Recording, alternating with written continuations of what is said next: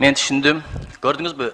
Решать будете вы. Азыр бир депутаты сурады, ким жоопкерчиликти алат эгерде бир кыргыз жокер бирдеке болуп кетсе. Мен дароо айтам, депутаттар алат. Мен адамдын каны үчүн жооп бергенге даяр эмесмин. Туура түшүнүңүздөр. Анан бул жакта конституция маселеси бар.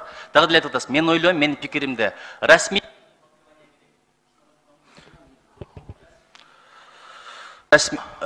түрдө толкование керек. Балким бул маселени биз конституциялык сотко дагы беришибиз керек. Бизге түшүндүрүп берсин ушул статьяны. Сиздин пикириңиз бул субъективдүү пикир. Чоң рахмат. Урматтуу депутаттар, биз жанагы бул жерде бул баягы пиар кыла турган ар ким өзүнүн шайлоочулардын алдында, же башкалардын алдында мындай бир өзүнүн пиар кыла турган убакыт болбой атат да азыр. Аны мен ачык эле айтып коеюн. Мына азыр мага маалымат келди. Ак жол менен уже ак тилекти жабышты. Грузы тоже. Адам полностью на 100% жабышты.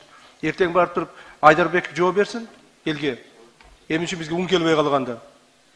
Эртең ундун баасы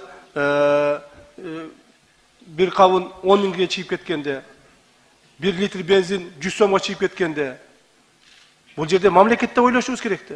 Биз эмне көчөдө жүргөн эле бир адамдар эмеспиз да. Бул жерге келип алып силердин алдыңардан суранып, жалынып, жалбарып эле өзүбүз үчүн чечип аткан жокпуз. Силер үчүн чечип атабыз. Мамлекет үчүн чечип атабыз. Коомубуз үчүн чечкенге аракет кылып атабыз. Силер, урматтуу депутаттар, коомдун жаңы шайланып келген депутаттары катары жоопкерчилик алганга тоже алыш керек жоопкерчиликти. Эртең Нуржигит Кадырбеков жооп бербейт да. Ал отурат ошо бир креслосунда. Мен адамдардын канынан корком деп кой. Ошондуктан урматтуу туугандар, урматтуу депутаттар, мен сиздерди дагы бир жолу чакырып кетемин. Бул жерде саясат кыла турган, өзүңдү пиарлай турган, же шайлоого бара турган, даярдана турган убакыт эмес. Мамлекеттик деңгээлде мамлекетибиздин башчысы кабыл алган чечим. Мамлекетибиздин башчысы Садыр Кожоев чечимди кабыл алды. Тигил башка мамлекеттердин башчылары менен чогуу түнкү саат 2-де чечим кабыл алынды. Так, анан кийин эгерде добуш бере албасаң, башка болсо, пиарланбай, канды башканы оозуңа алып сүйлөбөстөн, жакшынакай кылып туруп, унчукпай олтуруп бергиле.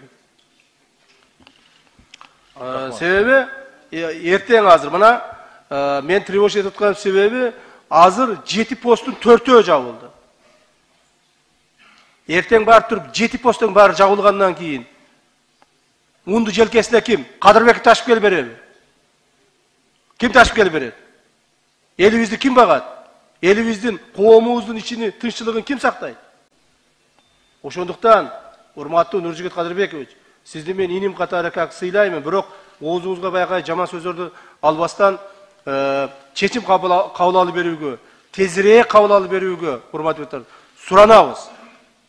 Менде дагы жоопкерчилик бар. Менде дагы жоопкерчилик бар, жеке адам катары.